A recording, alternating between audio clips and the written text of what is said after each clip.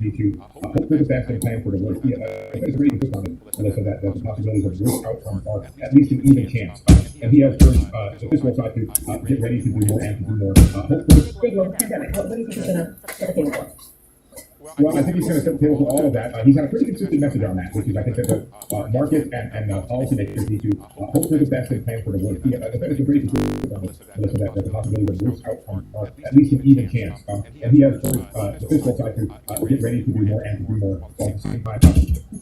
Never. Yeah, you need to get yourself.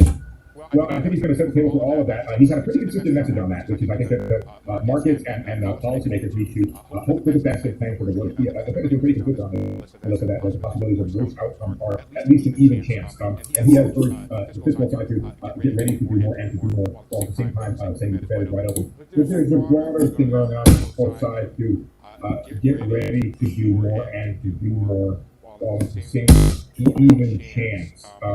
And he has urged the fiscal side to get ready to do more and to do more at the same time, saying that the Fed is wide open. But there's a broader thing going on, Melissa, as you know, which has to do with this strategic review.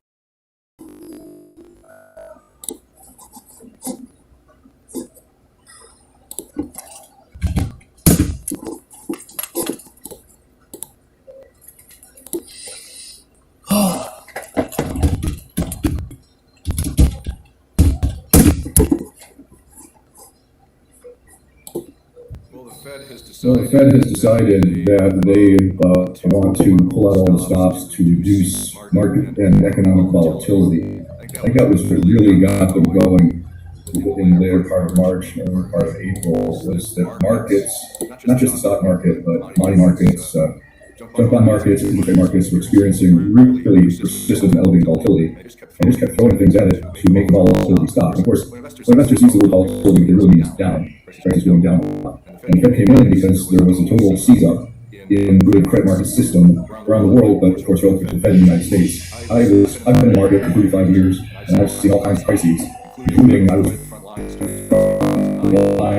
during 2008, 2009, when the global financial crisis was really hit the securitized asset sector. And what we experienced in the last part of March was far worse in terms of market conditions in the investment grade corporate bond markets, in the emerging markets, certainly in the junk bond markets, far worse than the very worst day in March of 2009. Literally, in 2009, you could get a bid, you didn't like it. The prices were in a free fall from the day before on the ugly days, maybe 10 or 15% price moves to the downside on the same day. But in March of 2020 here, there was no bid. There were actually situations in large swaths of the fixed income market where you simply could not sell assets. And that led to what looked like it was going to be some very substantial bankruptcies in some leveraged pools like mortgage-related REITs and other leverage-intensive investments. And the Fed just figured that at desperate times, required desperate measures, and they went all the way into buying corporate bonds, which, as I said in my webcast, is not allowed under the Federal Reserve Act of 1913. And they did not buy corporate bonds during the financial crisis, even though I know for a fact they talked a lot about it, because I know people inside the Fed at those discussions. But what they're doing is really a bridge further than they've ever done before, buying corporate bonds during the financial crisis, even though I know for a fact they talked a lot about it, because I know people are inside the Fed at those discussions. But what they're doing, for a fact, they talk a lot about it, buying corporate bonds back in 1913. Said in my webcast is not allowed under the Federal Reserve Act of 1913. Said in my webcast, when all the REITs and other leverage types of investments, and the Fed just figured that at desperate times, they required desperate measures, and they went all the way into buying corporate bonds, which, as I've said in my webcast, is not allowed under the Federal Reserve Act of 1913. And they did not buy corporate bonds during the global financial crisis, even though I know for a fact they talked a lot about it, because I know people that were inside the Fed at those discussions.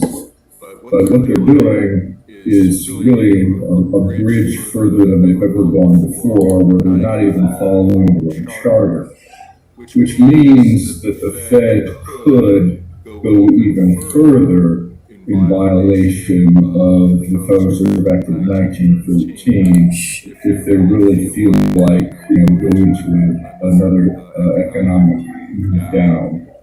So the Fed has propped up the economy with just the most incredible fiscal lending that they've ever contemplated. And of course, I think listeners know that the quantitative easing the Fed has done since March is greater than all of the quantitative easing that they did. They started back, in the world financial crisis. It was more in just 3 or 4 weeks than that entire program that was laid out over a multi-year framework. So that shows the level and extent of their commitment. In a certain sense, I think we're delaying the inevitable because, under my analysis, many bond prices that have been pushed up by the Fed's buying of ETFs and individual corporate bonds more recently, the prices they've pushed many of these assets up to, I think, is a higher price that they're actually paying for them than you'll receive through bankruptcy workout when a lot of these companies are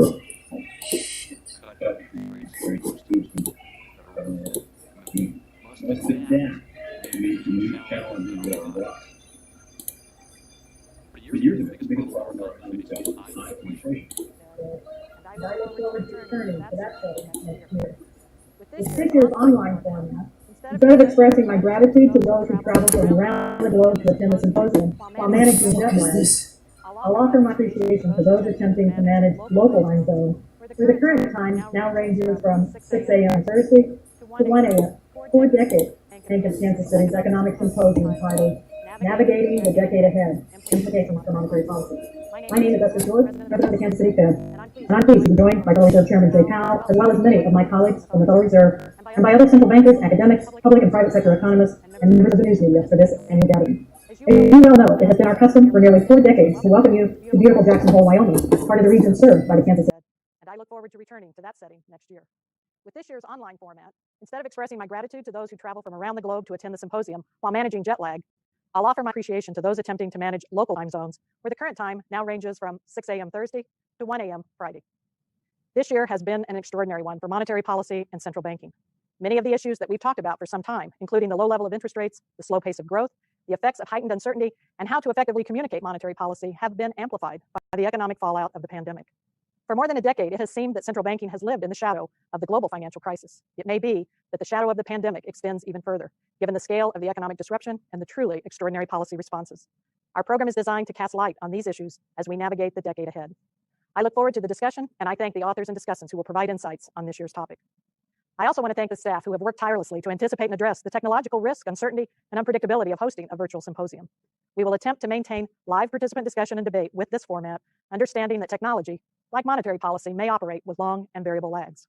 Regardless, the recordings of this year's proceedings will be available on our website, kansascityfed.org, where copies of the papers and other materials also will be posted as they are presented. And now, with the familiar sound that has for decades signaled the prompt start of each Jackson Hole Symposium session, let me turn to our program moderator, Susan Collins, to kick off the opening session.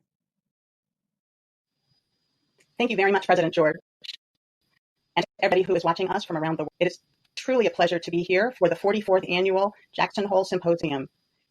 And it is really also a pleasure that this, the first time, is broadcast in a public symposium, which is a tribute to making it more open and inclusive. This year's theme, as you know, is Navigating the Decade Ahead.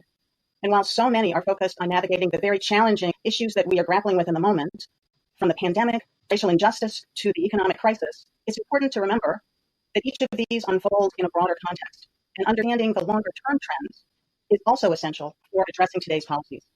And so this symposium's focus on the decline in long-term growth, on lower interest rates and inflation are as salient for economic and in particular monetary policy.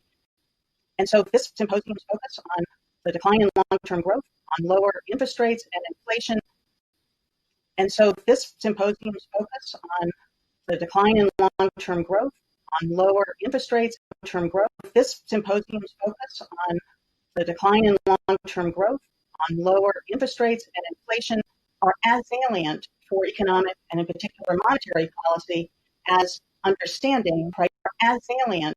This symposium's focus on the decline in long-term growth, on lower interest rates and inflation are as salient for economic and in particular monetary policy as understanding crisis management issues, as we will discuss during the symposium today. And so to get us started, it is my honor to introduce the chair of the Federal Reserve Board, Jerome Powell. Thank you, Esther, for hosting us today, and thank you, Susan, for that kind introduction. Can we turn off the sound in here, please?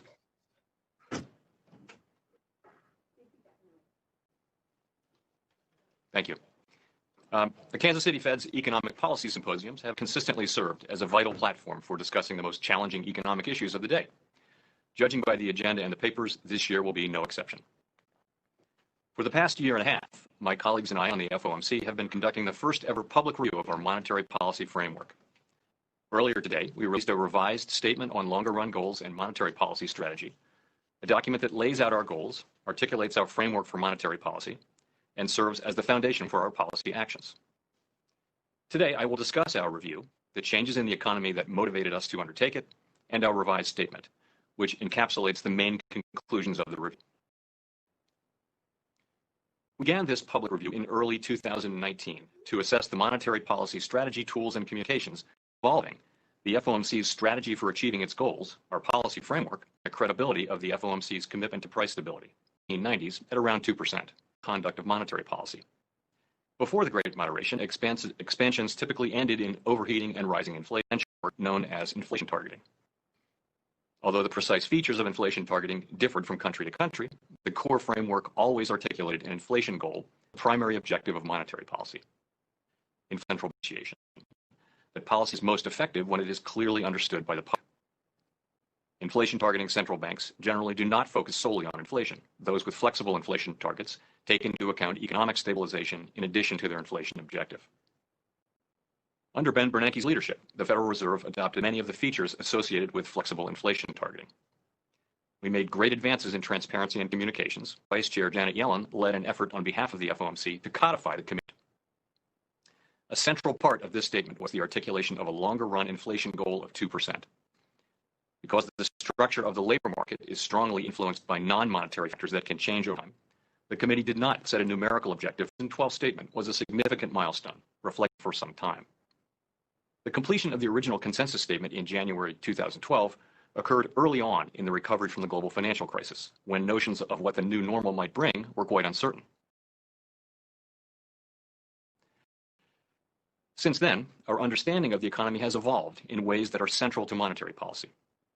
Of course, the conduct of monetary policy has also evolved.